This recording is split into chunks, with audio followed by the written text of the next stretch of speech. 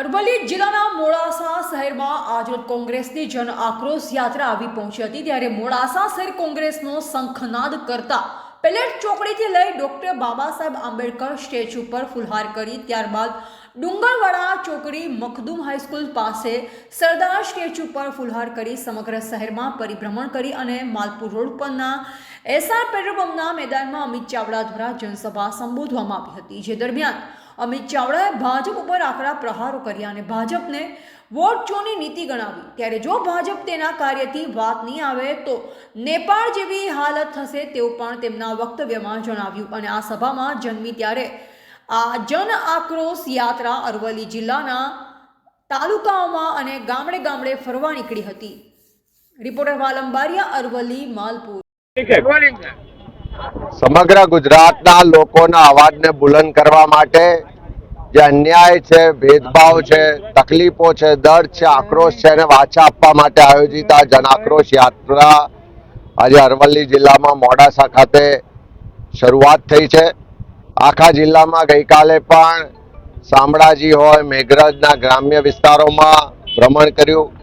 આજે મોડાસા થઈ માલપુર, બાયડ અને સમગ્ર જિલ્લાના વિસ્તારમાં ભ્રમણ થવાનું છે. ત્યારે એવા સંજોગોમાં જે લોકોનો આક્રોશ છે કે આખા જિલ્લામાં રોજગાર માટેની કોઈ વ્યવસ્થાઓ નહીં હોવાને કારણે યુવાનોને રોજગાર માટે દર ભટકવું પડે છે.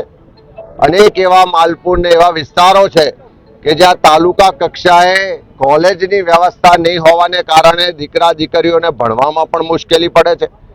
મોંઘું શિક્ષણ લીધા પછી રોજગાર નથી મળતો. કાયદો વ્યવસ્થાની પરિસ્થિતિ કથળી ગઈ છે. પાણી પીવાનું ના મળે પણ દારૂ ગલીએ ગલીએ મળે એવી સ્થિતિનું નિર્માણ છે.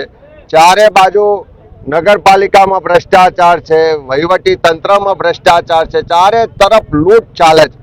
ગઈકાલે તમે જોયું હશે કે રાજ્યના મુખ્યમંત્રીએ દેશના પરિવહન ને રોડ ટ્રાન્સપોર્ટ મિનિસ્ટરને કહેવું પડ્યું, ગડકરીજીને, કે ગુજરાતની જનતા ટોલ ટેક્સના નામે કરોડો રૂપિયા ટેક્સ આપે છે, તેમ છતાં રસ્તામાં ખાડા કે ખાડામાં રસ્તા એવી સ્થિતિનું નિર્માણ થયું છે.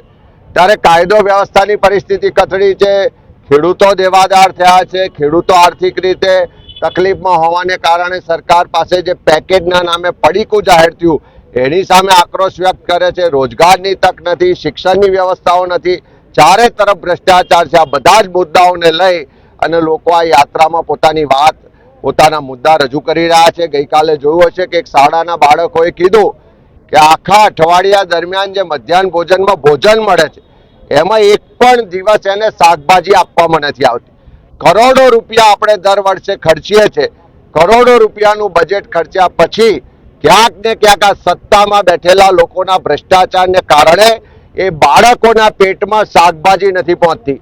એક રોટી પણ આખા અઠવાડિયામાં એમને નસીબ નથી થતી. અને એટલા જ માટે આજે ગુજરાતનું આપણા સૌના માટે એક સૌથી શરમજનક બાબત છે કે ગુજરાતમાં 50% જેટલા બાળકો કુપોષિત જોવા મળે છે. ત્યારે 30 વર્ષના શાસન પછી પણ જો સરકાર બાળકોને મધ્યાહન ભોજનમાં પૂરતું સારું ભોજન ના આપી શકતી હોય તો આનાથી ફેલ સરકાર બીજી કહેવાય નહીં. આ જન આક્રોશ યાત્રાની શરૂઆત થઈ. તમે જોયું હશે કે દારૂ ને ડ્રગ્સની જે બધી વધી છે, આ યાત્રાની શરૂઆતને તો હજુ આ એક અઠવાડિયું પણ નથી થયું, પણ દારૂ ને ડ્રગ્સના બુટલેગરો ભૂગર્ભમાં જવું પડે એવી સ્થિતિનું નિર્માણ થયું છે.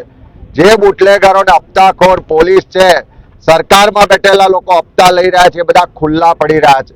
હજુ તો આ જન આક્રોશ યાત્રાને એક અઠવાડિયું પણ નથી થયું, પણ સરકારે ફિક્સ પગાર, કોન્ટ્રાક્ટ ને આઉટસોર્સિંગના કર્મચારીઓ માટે લાભો જાહેર કરવા પડે છે.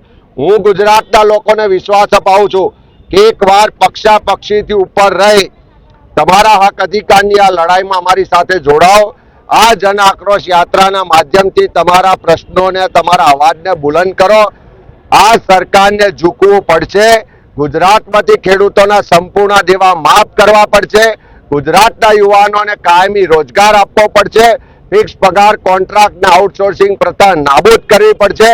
ગુજરાતમાંથી દારૂ ને ડ્રગ્સની બધીને અમે દૂર કરીને બતાવીશું.